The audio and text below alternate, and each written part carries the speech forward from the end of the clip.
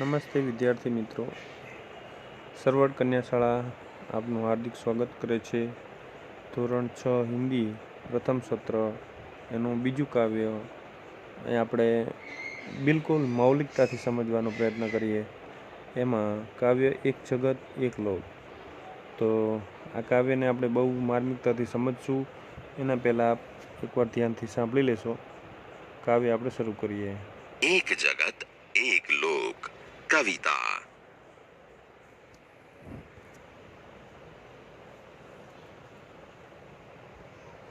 ध्यान से कविता सुनिए।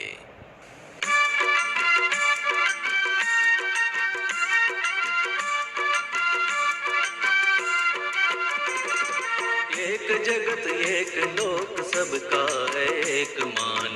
एक जगत एक लोक सबका है एक मान। एक जगत एक लोक सबका है एक मान। एक जगत एक लोक सबका है एक मान। एक चंद्र एक सूर्य एक भूमि आसमान। एक चंद्र एक सूर्य एक भूमि आसमान। एक भूमि आसमान एक भूमि आसमान। एक भूमि आसमान एक भूमि आसमान। एक जगत एक लोक सबका है एक मान। एक जगत एक लोक सबका है एक मान।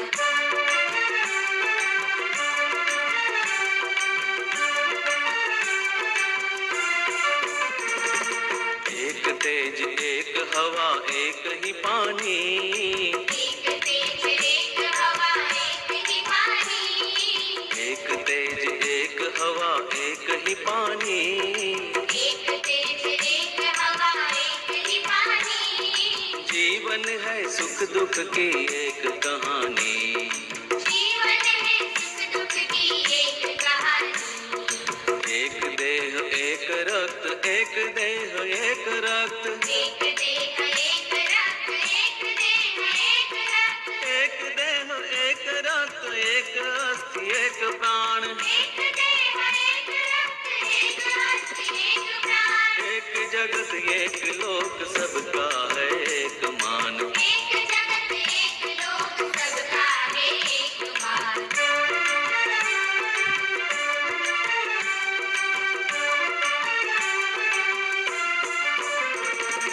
हर्ष भरे गाए हम राग सुहाने। हर्ष भरे गाए हम राग सुहाने। हर्ष भरे गाए हम राग सुहाने। हर्ष भरे गाए हम राग सुहाने। समता और ममता के गीत तराने।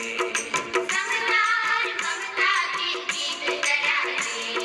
घर घर में गूंज रहा घर घर में गूंज रहा। घर घर में गूंज रहा घर घर में गूंज रहा। घर घर में गूंज रहा निश दिन यह मधुर गान। घर घर में गूंज रहा निश्चित यह मधुर गान। एक जगत एक लोक सबका है एक मान। एक जगत एक लोक सबका है एक मान।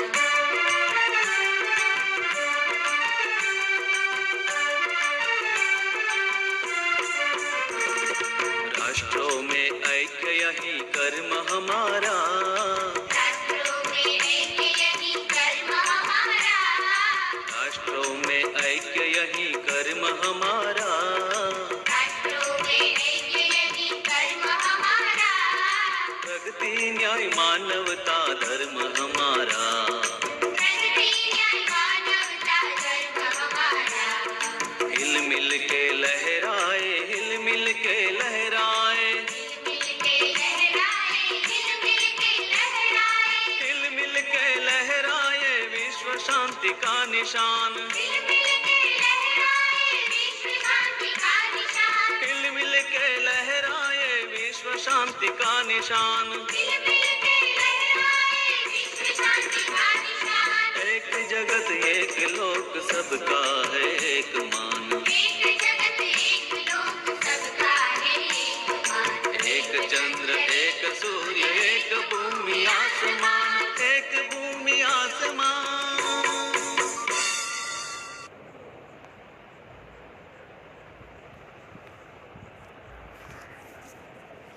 આપણે આ સરસ મજાનું ગીત સાંભળ્યું.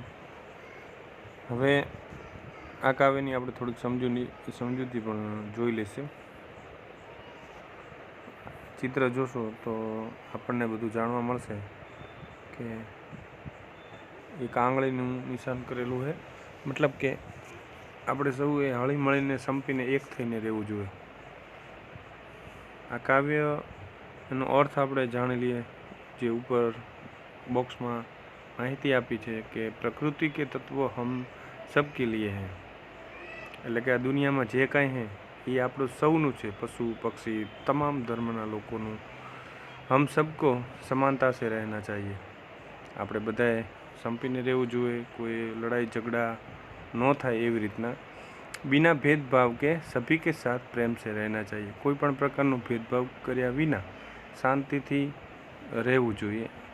आज मनुष्य की सोच अपनी दुनिया तक सीमित हो गई है. सीमित એટલે લિમિટેડ થઈ ગઈ, એના પૂરતી જ થઈ ગઈ છે. બરાબર, દરેક માણસની પોતપોતાના સ્વાર્થને લગતી આ તમામ દુનિયાના માણસોની વિચારધારા એવી થઈ ગઈ છે એ પોતાનું સ્વાર્થપણાનું વધારે વિચારે. इस काव्य का भाव राष्ट्रवाद એટલે કે રાષ્ટ્રને લગતી તમામ બાબત. इस काव्य का भाव राष्ट्रवाद की संकीर्णता से ऊपर उठकर विश्व बंधुत्व की भावना को विकसित करने की है. એટલે આ દુનિયામાં ફક્ત આપણે આપણો રાષ્ટ્રની વાત નહીં, આપણા દેશની કે આપણા રાષ્ટ્ર ફક્ત એકલાની જ વાત નહીં, પણ આખા વિશ્વની વાત છે કે આખા વિશ્વએ એક થઈને રહેવું જોઈએ. બંધુત્વની એટલે ભાઈચારાની લાગણી સાથે. સંસ્કૃતમાં એક કહેવત છે, વસુધૈવ કુટુંબકમ, બસ એના જેમ એક આખું વિશ્વ કુટુંબ સમાન. અહીં આ કાવ્ય આપણે જોઈએ કે એક જગત એક લોક. આ જગત, આ લોક એટલે કે આખો સંસાર, દુનિયા, વિશ્વ છે એ બધું એક જ છે. સબકા હે એક માન, અને આ દુનિયામાં સૌનું માન પાન મર્યાદા મોભો સૌનું એક સરખું જ છે. એ સમજાવવા માટે આપણને કવિએ ઉદાહરણ આપ્યા છે કે એક ચંદ્ર એક સૂર્ય. જેમ કે આ સૃષ્ટિમાં એક ચંદ્ર આખી દુનિયાને પોતાની ચાંદની પાથરીને પ્રકાશિત કરે છે. એક સૂર્ય, જેમ દિવસે સૂર્ય એક જ છે અને એ આખા વિશ્વને પ્રકાશ પૂરો પાડે છે. આ ભૂમિ પણ એક જ છે અને આ આસમાન, ભૂમિ એટલે જમીન અને આસમાન એટલે આકાશ, ગગન, વ્યોમ, નભ, આ દુનિયામાં એક જ છે. એક તેજ એટલે એક પ્રકાશ, બધાને એક જ જેવો પ્રકાશ મળે. એક હવા, બધાને મળતી હવા પણ એક જેવી. और एक ही पानी, બધાએ પાણી પણ એક જ જેવું પીએ. જીવન હે સુખ દુઃખ કી એક કહાની. આ દુનિયામાં, આ સંસારમાં જીવન જેવું, એમાં સુખ દુઃખ તો આયા જ કરે છે અને એ બધાને હોય, કોઈ એકલા ઉપર જ આવી પડે એવું હોતું નથી. એટલે આ દુનિયામાં જીવવું એ જ એક સુખ દુઃખની કહાની કહી જાય છે. એક દેહ, દેહ યાની કે દેહ એટલે કે આપણું શરીર. એક રક્ત એટલે આપણા બધાનો લોહી એક જ, લાલ, કોઈને કાળું કે કોઈને લીલું એવું હોતું નથી, ફક્ત લાલ. એક અસ્થિ ઓર એક પ્રાણ. અસ્થિ એટલે આપણા શરીરના હાડકાં, આપણા શરીરના હાડકાં પણ સૌના એક જેવા, મસલ્સ પણ એક જેવી. એક પ્રાણ, અને પ્રાણ પણ સૌના કેવા, તો કે એક જેવા. એટલા જ માટે કીધું છે કે એક જગત એક લોક સબકા હે એક માન. આપણે બધા એક જ જેવા છીએ, આપણે બધી એક જ જેવી વસ્તુઓનો ઉપયોગ કે લાભ લઈ રહ્યા છીએ, તો આપણે એક થઈને શું કામ ના રહેવું જોઈએ એ સમજાવવા માગે છે. આ પંક્તિ આપણે જોઈ આગળ. હર્ષ ભરે ગાયે હમ રાગ સુહાને. આ દુનિયામાં આપણે ઇન્સાન કે માનવ થઈને આવ્યા તો આપણે પણ રાગ ઉલ્લાસથી એકબીજાની લાગણીઓને સમજીને, હર્ષ એટલે આનંદથી આપણે ગીત ગાવા જોઈએ. સમતા ઓર મમતા કે ગીત તરાને. રાજી થઈને, આનંદિત થઈને મમતા ભર્યા ગીતો ગાવા જોઈએ. ઘર ઘર મેં ગુંજ રહા. દરેક ઘરમાં ખુશીઓના ગીત ગાવી રહ્યા, લોકો ગાવી રહ્યા છે. નિસ્દિન, નિસ એટલે રાત અને દિન એટલે દિવસ, એટલે કે રાત દિન. નિસ્દિન યહ મધુર ગાન. તમામ દુનિયાના લોકો કે તમામ માણસો જે ખુશીથી ખુશીની મોજ માણી રહ્યા છે તમામ લોકો આ એક ગીત ગાઈ રહ્યા છે. કયું કે એક જગત એક લોક સબકા હે એક માન. રાષ્ટ્રો મેં ऐक्य यही कर्म हमारा.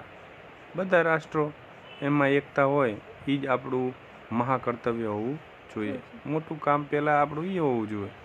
પ્રગતિ એટલે કે કોઈ માણસની કંઈક સારું થતું હોય, એની પ્રગતિ થતી હોય, એનું ઘર થોડું પાટા ઉપર આવતું હોય તો આપણે એને રાજી થવું. ન્યાય, કોઈને ન્યાયની જરૂર હોય, એકલું પડતું હોય તો આપણે એની જોડે ઊભા રહીને ન્યાય અપાવવો. માનવતા, કોઈ સારું કામ કરવામાં પાછળ ન હટવું, માણસ પોતાના સારા ગુણો દર્શાવી અને પોતાના માનવતાનો ગુણ જે હોય એ અદા કરી શકે. અને આ જ 3 મુખ્ય આપણા ધર્મ હોવા જોઈએ. કયા કયા? પ્રગતિ, ન્યાય અને માનવતા. હિલમિલ સે લહેરાય. બધા કે મળી મળીને આમ જેમ દરિયાની મોજ લહેરાતી હોય એમ આપણે પણ લહેરાઈએ અને આ દુનિયામાં એક સંદેશ ફેલાવીએ. કયો? વિશ્વ શાંતિ કા નિશાન. નિશાન એટલે પ્રતિક, ને પ્રતિક એટલે કોઈ એક વિષયનો એક ઝંડો, કોઈ પણ એક પ્રકારની નિશાની. તો કે બધા એક થઈને રહે એવો આપણે ધ્વજ ફરકાવીએ, એવી નિશાની કોઈક છોડી જઈએ. એક જગત એક લોક સબકા હે એક માન. ઓકે, શબ્દાર્થ પણ આના આપણે જોઈ લઈએ. આમાં લખેલા જ હશે ચોપડીમાં. જગ કે લોક એટલે દુનિયા કે સંસાર, બરાબર. માન એટલે આદર સન્માન.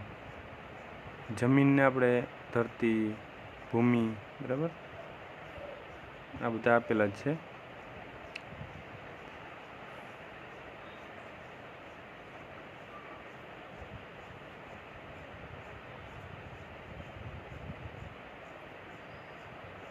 હવે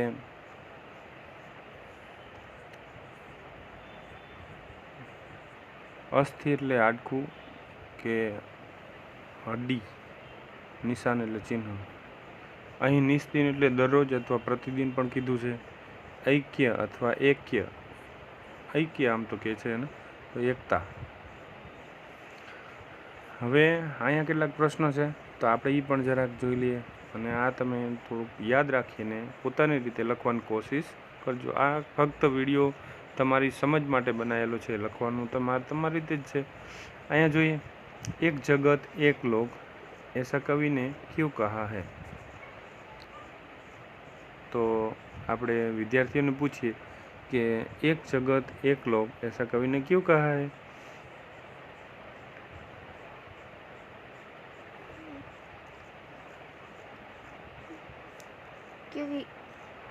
क्योंकि जगत भी एक है और सारे लोगों का खून और हड्डी जैसी कई चीज़ें एक ही जैसी है, तो फिर लोगों में भेदभाव क्यों. इसलिए कवि ने कहा है कि एक जगत एक लोक सबका एक मन ही होना चाहिए. अच्छा, और हवा भी एक लेते हैं, सूर्य का प्रकाश भी एक जैसा ही लेते हैं, चांद की चांदनी भी एक ही जैसी है, तो फिर लोगों में बंटवारा क्यों. इसलिए कवि ने उनको समझाने के लिए यह कहा है कि एक जगत एक लोक. बराबर. प्रश्न 2, एक रक्त का अर्थ समझाइए. यानी कि एक रक्त का अर्थ क्या होना चाहिए. एक रक्त का अर्थ कि सभी लोगों की नस नस में एक जैसा ही खून रहता है, लाल. तो फिर बंटवारा क्यों, भेदभाव क्यों. कोई ये ऑस्ट्रेलियन है, ये इंडियन है, ये अमेरिकन है, ये ब्रिटेन वाला है, ये पाकिस्तानी है, ये चीन का है, ऐसा कोई भेदभाव होना नहीं चाहिए. ये हिंदू है, ये मुस्लिम है, ये सिख है, ये ईसाई है, कोई बंटवारा नहीं होना चाहिए. बस इस बात को समझाने के लिए ही कवि यहाँ यह शब्द का प्रयोग करते हैं, एक रक्त. तीसरा प्रश्न क्या है, हमारा धर्म क्या होना चाहिए. हमारा धर्म मानवता होना चाहिए. मानवता, न्याय और प्रगति जैसा होना चाहिए. 4, हमारा जीवन सुख दुख की एक कहानी है, ऐसा कवि ने क्यों कहा है भाई. हमारे जीवन में कभी सुख आता है तो कभी दुख आता है, हमें कभी खुशी मिलती है तो कभी हमें कठिनाई का सामना करना पड़ता है। इसलिए कवि ने हमारी जिंदगी सुख दुख की एक कहानी है ऐसा कहा है। अच्छा, वेल डन। अब यहाँ कुछ शब्द दिए गए हैं, वो आपको पढ़ना है पर सही तरीके से, जैसे कि सूर्य, सुख दुख, रक्त, अस्थि, प्राण और गाय, गूंज, हर्ष, ऐक्य, कर्म, प्रगति, लहराए, विश्व शांति। अच्छा, अब तीसरे प्रश्न में क्या कहा गया कि उदाहरण के अनुसार निर्देशित वर्ण यानी अक्षर के शुरू होने वाले शब्द आप बनाइए। जैसे कि क, तो क से क्या बनाया है? कौआ, कमल और कागज और कौशल। ऐसे ग से बनाना है, जैसे कि गणेश, गाड़ी, गाय, गाय, પછી गगन, गगन, गाना, गीत, गुंजन, कई सारे शब्द बन सकते हैं। आपको जो याद आए लिख सकते हैं। घ से घर, घड़ी, ऐसे कुछ दूसरे आप थोड़े लिखिए अपनी ओर से। च से क्या बनेंगे? चिड़िया हम्म, और चक्की, चावल, चाटा। म से क्या बनेगा? तो वो आप मिर्ची, लिखिए, बराबर, वो आप अपनी तरह से लिखिए। यहाँ पर एक शब्द सारणी दी गई है जिसमें क्या करना है, धर्म के अनुसार उसका जो जहाँ लोग अपने धर्म में जो कुछ मानते हैं उनका धार्मिक पुस्तक और धार्मिक उनका देवालय कौन सा होता है वो भी हो सकता है, उसका ग्रंथ, कुछ भी धर्म के अनुसार यहाँ इस सारणी में आपको जो कुछ भी दिखाई पड़े उस पर आप राउंड करके शब्द बनाइए। जैसे कि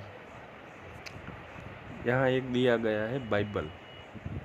अब दूसरा यहाँ पर है महाभारत, हिंदू,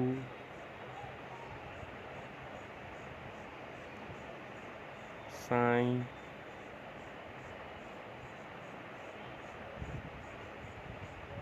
सिख, गुरु ग्रंथ साहिब, पारसी, ऐसे कई सारे दिए गए होंगे, आप उसको ध्यान से देख लेना। आगे हमने इस गीत को टेप रिकॉर्डर से सुना भी है। स्वाध्याय दिया गया है तो इसमें कुछ प्रश्न पूछे गए हैं कि इस काव्य में प्रकृति के कौन कौन से तत्व की बात की गई है। तो जो कुदरती चीज़ों का जो कुछ नाम आए हैं वो सब कुदरती तत्व हुए या प्रकृति के तत्व हुए। वो आप कविता में फिर से झांक कर देख लीजिएगा और बाद में लिखना। काव्य का शीर्षक एक जगत एक लोक क्यों रखा गया? तो क्योंकि वो सबको एकता से और अखंडितता से रहना सिखाता है, इसलिए आप दूसरी तरह से लिख सकते हैं।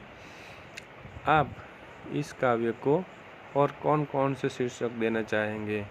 शीर्षक यानी कि जो काव्य का जो नामांकन होता है, नाम होता है, वही आप टाइटल जिसे हम इंग्लिश में बोलते हैं वही आप आपकी तरफ से लिख सकते हैं। सभी नदियाँ अलग अलग हैं, फिर भी कवि क्यों कहते हैं कि एक ही पानी?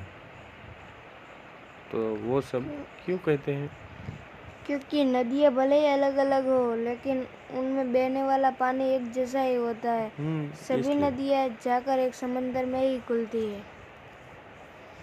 और यहाँ पर कुछ प्रश्न 2 में क्या लिखा है, स्वाध्याय के प्रश्न 2 में कि विलोम यानी विरुद्धार्थी शब्द जिसे हम मल्टीपल या गुणाकार का निशान लगाकर अंकित करते हैं, तो विलोम शब्द अथवा विलोम अर्थ वाले शब्दों के जोड़ बनाइए। जोड़ दोनों बनाने होंगे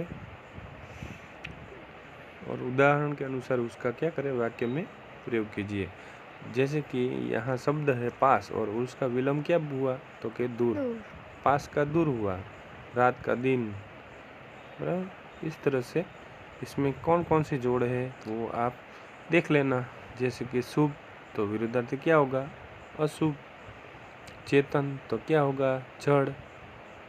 पास तो दूर, वो तो आ गया। प्रकाश तो दास। क्या होगा, अंधकार। स्वामी तो विरुद्धार्थी क्या होगा, दास। ऐसे मृत्यु तो क्या होगा, जन्म।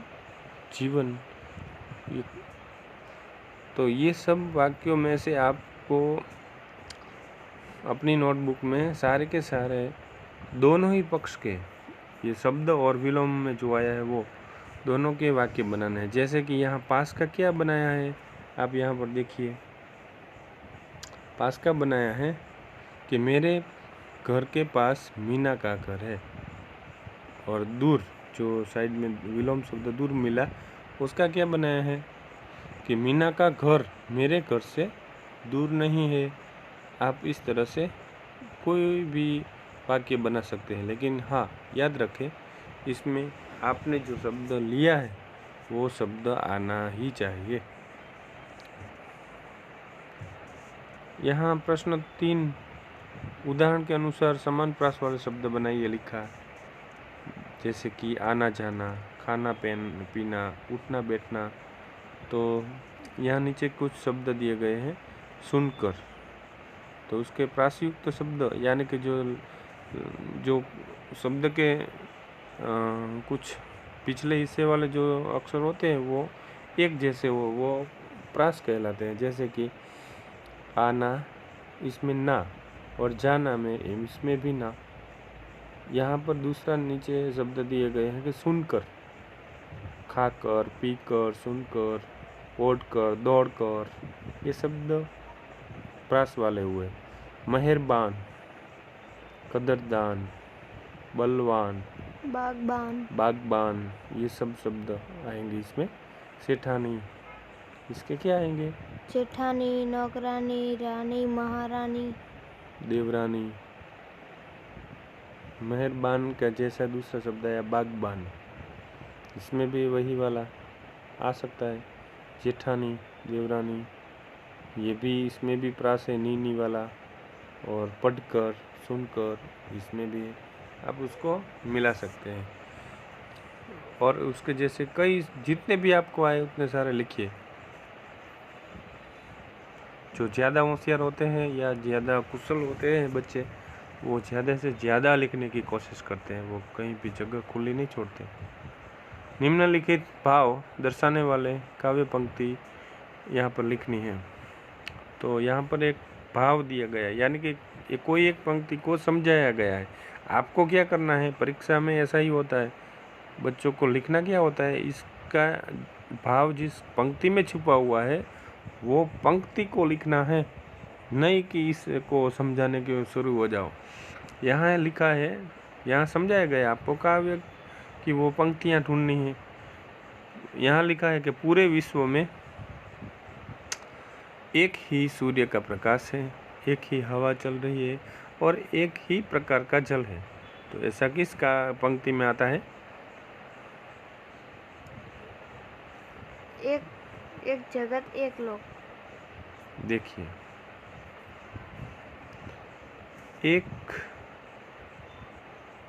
एक तेज, एक हवा, एक ही पानी, बराबर। तीसरी जो कहानी है इसमें ये सब कुछ दिखाया गया है। एक तेज, एक चंद, एक हवा, एक ही पानी। और यहाँ पर दूसरा क्या दिया गया है,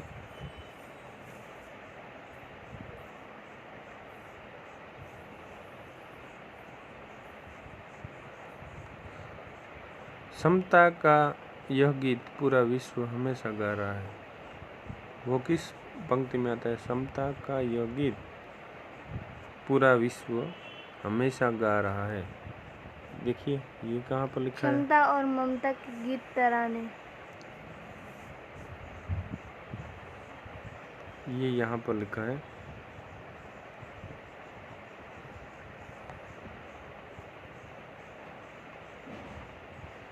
समता और ममता के गीत तराने।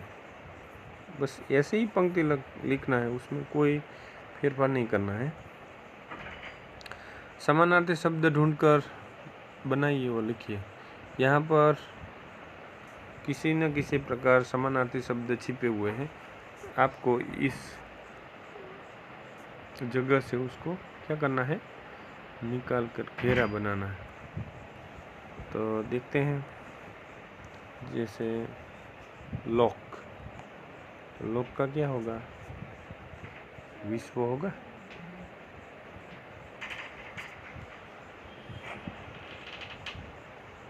दूसरा क्या होगा?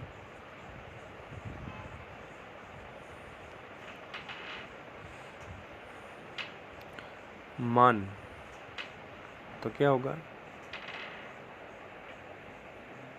सम्मान। निशान का क्या होगा?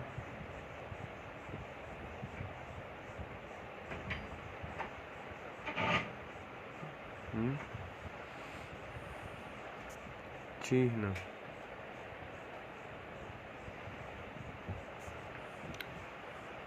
हाथ, हाथ का यहाँ पर होगा पानी। पानी, पानी में जो रिश्वई का यूज होता है, उपयोग करके जो शब्द बनता है वही होगा। और हस्त का हाथ भी होता है।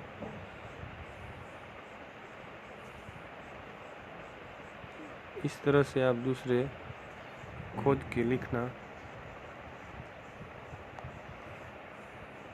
दो लिखने हैं, एक शब्द के दो समानार्थी। पांचवें प्रश्न में क्या है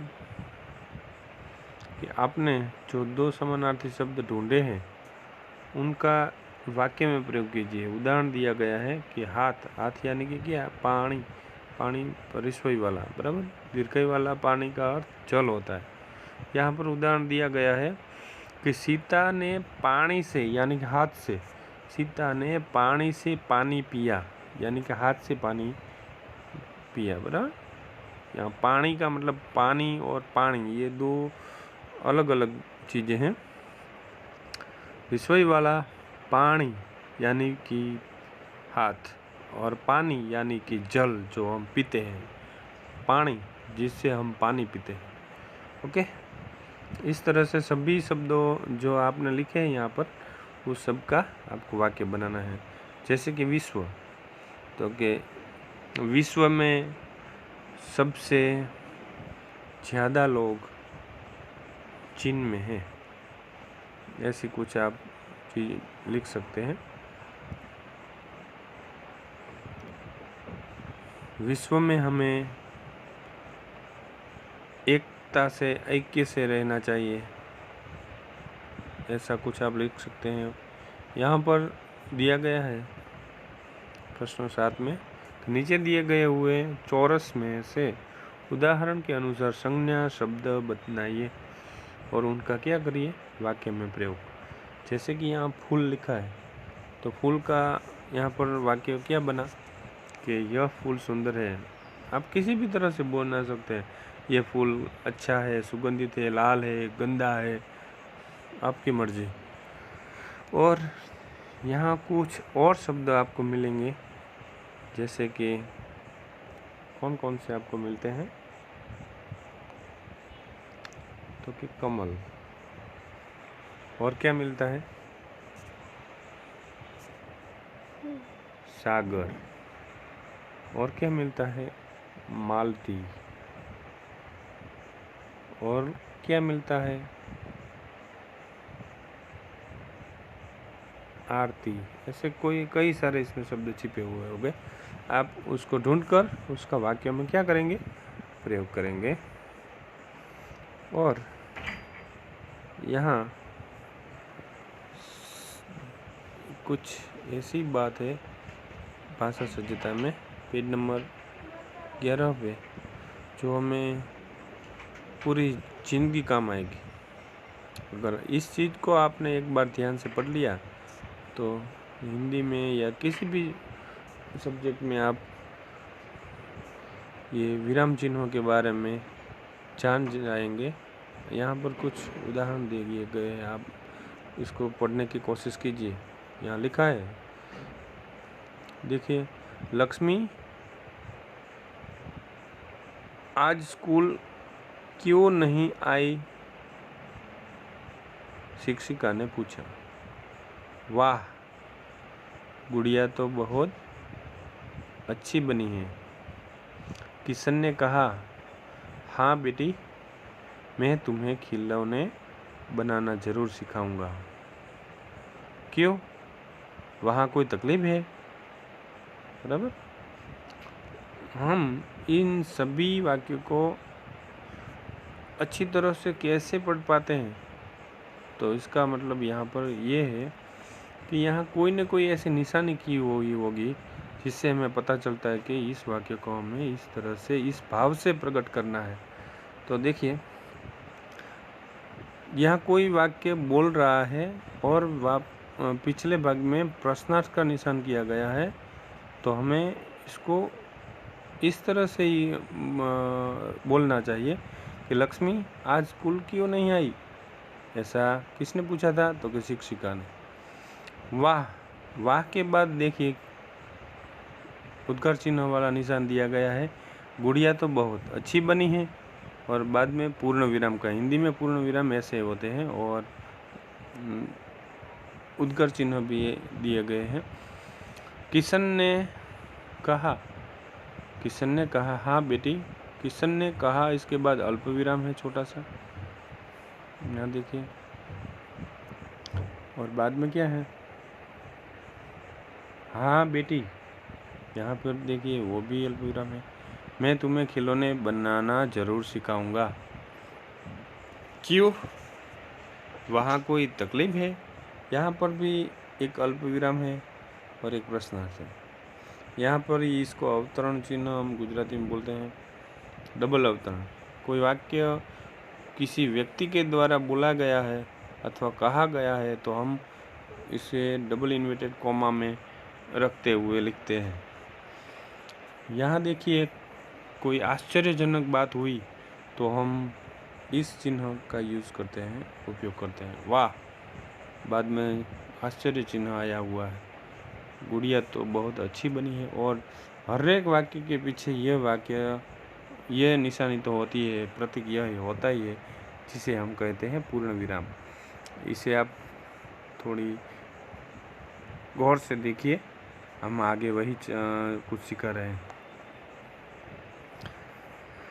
हिंदी किसी भाषा को बोलते हैं या पढ़ने या लिखते समय अर्थ को स्पष्ट करने के लिए वाक्य को बीच या अंत में थोड़ा रुक कर बोलना पड़ता है। इस रुकावट, इसका संकेत देने वाली जो लिपि है, उस लिपि को हम क्या बोलते हैं? तो क्या? विराम चिन्ह। क्या बोलते हैं? विराम चिन्ह। तो यहाँ पर ऐसे कई सारे चिन्ह के बारे में हमें उदाहरण दिए गए हैं और समझाया भी है, तो आप इसको पूरी तरह से समझ लें। 100% ये परीक्षा में ऐसे ही कुछ दूसरी तरीके से पूछे गए वाक्य हो गए। अगर इसको आपने अपनी दिमाग से पूरी तरह से समझ लिया तो आपका काम हो गया। देखिए, विराम चिन्ह, जिसे इंग्लिश में फुल स्टॉप भी कहा जाता है, और वाक्य जब पूरा होता है तभी ये निशानी करते हैं हम। जैसे यहाँ पर लिखा है कि मोहन ने पत्र लिखा, तो लास्ट में क्या आया? भाई पूर्ण विराम। सीता स्कूल नहीं गई, पूर्ण विराम लास्ट में। तो ये सब पूर्ण विराम के उदाहरण हैं। आप कोई भी वाक्य बनाइए, जैसे कि मोहन ने आज खाना ही नहीं खाया, बराबर। रोहन बूट पॉलिश करवाने के लिए जा रहा था, तब भी पूर्ण विराम आएगा लास्ट में, बराबर। जिसे हम क्या बोलते हैं, फुल स्टॉप। और पूर्ण विराम की निशानी क्या है, ये वाली जो यहाँ भी है, यानी कि ऐसा एक लाइन ऐसी खड़ी कर देना। अल्प विराम, तो अल्प विराम का हम उपयोग कैसे करते हैं, अंग्रेजी में इसे कॉमा भी कहते हैं। और उसकी निशानी कौन सी है, ये जो बीच में है ना, राम और सीता के बीच में, वो ऐसा कुछ, ऐसा कुछ, ऐसा छोटा सा, बराबर यहाँ पर दिया गया है काउंस के अंदर। राम, सीता और मोहन घर गए। तो राम और सीता के बीच में एक गोल टप का नहीं है, लेकिन थोड़ा सा जैसे हम गुजराती में साट लिखते हैं ना, ऐसा नन्ना सा, रोको मत, इसके बाद अल्प विराम है, रोको मत, जाने दो। अब हम किसी भी स्पर्धा में पढ़े रोको मत, जाने दो, तो वो गलत होगा। हमें कैसे पढ़ना होगा, रोको मत, जाने दो। राम, सीता और मोहन घर गए, इस तरह से हमको उसको पढ़ना पड़ता है। इसी निशानी का यूज़ होता है जिसे हम कहते हैं अल्प विराम। थोड़ी देर के लिए हमें उसमें रुकना पड़ता है। प्रश्नवाचक चिन्ह, ये तो सबसे अच्छा है और बिल्कुल सिंपल, आप सब बोलते ही हैं। जैसे कि आपका नाम क्या है, आपकी मम्मी का नाम क्या है, आपके पापा का क्या नाम है, किसी भी तरफ से। यहाँ पर दिया गया है कि क्या तुम विद्यालय गए थे, तो इसमें क्या है, प्रश्नार्थ है। विस्मयादि बोधक चिन्ह, जिससे हम आश्चर्य चिन्ह भी बोलते हैं, वही वाह, वाह के बाद जो आया वो वाह, आपने तो कमाल कर दिया। जब किसी बात पर हमें आश्चर्य होता है, तब ये चिन्ह, वो आश्चर्य का भाव दर्शाने के लिए इस चिन्ह का अथवा विराम चिन्ह का उपयोग किया जाता है। अरे क्या हो गया, बराबर। योजक चिन्ह, यानी कि दो एक जैसे शब्द प्रास में होते हैं, उसको अलग दर्शाने के लिए हम इसका उपयोग करते हैं। जैसे कि माता पिता, पाप पुण्य, देश विदेश, 5, 6, 10, 12 लोग थे, ऐसे कुछ।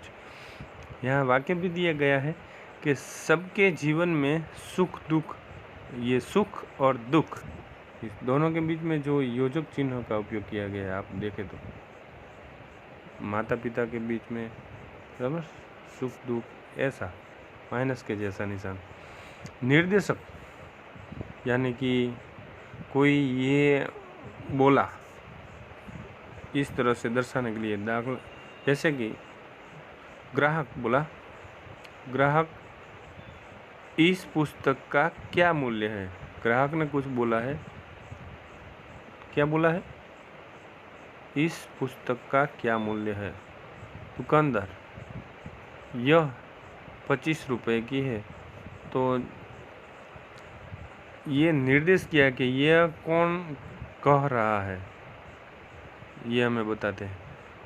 कोष्टक जो है, यानी कि काउंस, किसी भी वाक्य में कोई ऐसा शब्द आ जाए जो दूसरी भाषा से मिलता जुलता हो और वो सामान्य न हो, सबको उसका पता न हो, तब ये स्पष्टता करने के लिए हम काउंस का उपयोग करते हैं। जैसे कि अध्ययन, हमें जीवन में अध्ययन करना जरूरी है, पर हम अध्ययन की स्पष्टता करते हैं, साइड में लिखते हैं, तो कि हमारे जीवन में अध्ययन यानी कि पढ़ना जरूरी है। तो पढ़ना शब्द जो होता है वो काउंस में लिखा होता है। हमें उसको वाक्य पढ़ने में पढ़ना नहीं चाहिए, बस समझने के लिए, वो पढ़ना नहीं होता है, बराबर। हमें ये चाहे कोई भी बुक में ऐसा लिखा हो, अध्ययन साइड में लिखा, काउंस में पढ़ना, तो वाक्य को अगर हम पढ़ेंगे तो ऐसे पढ़ेंगे, बच्चों को अध्ययन करना जरूरी होता है। ऐसे नहीं कि बच्चों को अध्ययन काउंस में पढ़ना जरूरी होता है, ऐसे वो गलत तरीका है। सही तरीका क्या, हमें अध्ययन करना चाहिए अथवा अध्ययन करना जरूरी है। वो आप काउंस में लिखा हुआ शब्द सिर्फ और सिर्फ उसको क्या समझने के लिए, जैसे कि विरुद्धार्थी, तो विरुद्धार्थी का समझ हमें दिया गया है, समझ दी गई है, क्या दी गई है काउंस में, विलोम शब्द। दोनों एक ही होते हैं, मतलब उसका एक ही होता है, लेकिन काउंस में जो होता है उसका काम क्या है कि उसको आप पूरी तरह से समझिए। अवतरण चिन्ह इन्वर्टेड कॉमा, इसमें दो तरह के होते हैं, एक सिंगल अवतरण और दूसरा जो होता है वो दोहरा, यानी कि दूसरा, इखरा और दोहरा, यानी एक अवतरण और दूसरे अवतरण, दो टपके वाले अवतरण। यहाँ इखरा जो है इसमें आप देखिए तो एक एक अवतरण होगा। जैसे किसी की बुक है, जैसे कि यहाँ समझदार नन्ही पाठ का कोई काम हो रहा है, तो यहाँ पर समझदार नन्ही के ऊपर देखिए एक एक बिंदी लगी हुई है, देखिए है। जैसे कि किसी ये सुल्तानपुरी जो है उनकी कोई बुक है और हमें लिखना है, तो इस बुक का नाम हम इस दो निशान के बीच लिखेंगे। जैसे ये समझदार नन्ही लिखा है, कोई पाठ का नाम हो, किसी की कोई कहानी हो, किसी का उपनाम हो, देखिए जैसे यहाँ पे कि सूर्यकांत का उपनाम क्या है, तो कि निराला, बराबर। इस तरह से दोहरा में क्या होता है, दोहरा में सिर्फ एक ही बात याद रखनी, किसी के बोले हुए अथवा कहे गए वाक्य में हम बिना सुधार किए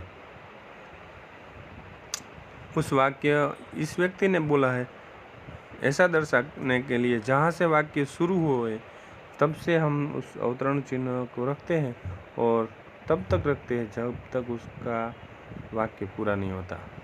जैसे कि महात्मा गांधी जी ने कहा कि, फिर योजक चिन्ह लगाया और क्या कहा कि प्रार्थना ही आत्मा की खुराक है। अब जो गांधी जी ने बोला वो हमने डबल अवतरण में या दोहरा अवतरण में लिखा, यह याद रखना है। किसी भी वाक्य दूसरा व्यक्ति से बोला गया है तो इसे हम डबल अवतरण में, डबल इन्वर्टेड कॉमा में लिखते हैं। और किसी का नाम हो, किसी की कोई पुस्तक का नाम हो, ऐसे कुछ शब्द हो, ये शब्द हम सिंगल इन्वर्टेड कॉमा यानी कि एक हरा अवतरण में लिखते हैं। अब आगे 8वां प्रश्न है कि वाक्यों में उचित विराम चिन्ह लगाइए। अब आपको अगर समझ आई होगी तो आप कर पाएंगे। ये जो आप कर रहे हैं यहाँ पर आप अपनी तरफ से एक दो वाक्य कीजिएगा। यहाँ लिखा है छी छी तुमने यह क्या किया। अब कोई निशान नहीं है तो हम इस तरह से पढ़ेंगे, छी छी तुमने यह क्या किया। वैशाली ने मयंक से कहा घर चलो, वाह मज़ा आ गया, अरे तुम नहीं गए। इसमें विराम चिन्ह नहीं लगाए तो हमें कौन सा भाव इस वाक्य में छिपा हुआ है वो पता चलता नहीं है, बराबर। तो आप उसको ट्राई कर लेना। एक वाक्य को मैं आपको दिखाता हूँ, जैसे कि वाह मज़ा आ गया, तो यहाँ पर हम ऐसा उद्गार चिन्ह जो आश्चर्य चिन्ह जो होता है ना वही लगाएंगे इस तरह से। मज़ा आ गया के बाद पूर्ण विराम, अरे तुम नहीं गए, यहाँ अरे के बाद अल्प विराम, अरे के बाद अल्प विराम और यहाँ प्रश्नार्थ, ऐसा कुछ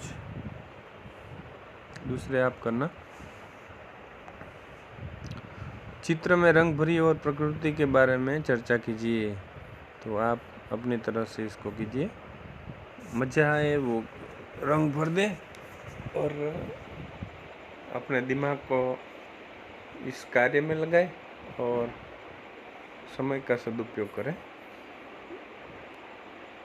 यहाँ पर एक काव्य दिया गया है, इसे आप इसी काव्य से मिलता जुलता हुआ है, तो आप अपने तरीके से उसे पढ़ने की कोशिश करें।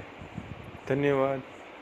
और एक बात कहते हैं कि अगर मज़ा आया हो तो आप इसको सब्सक्राइब करें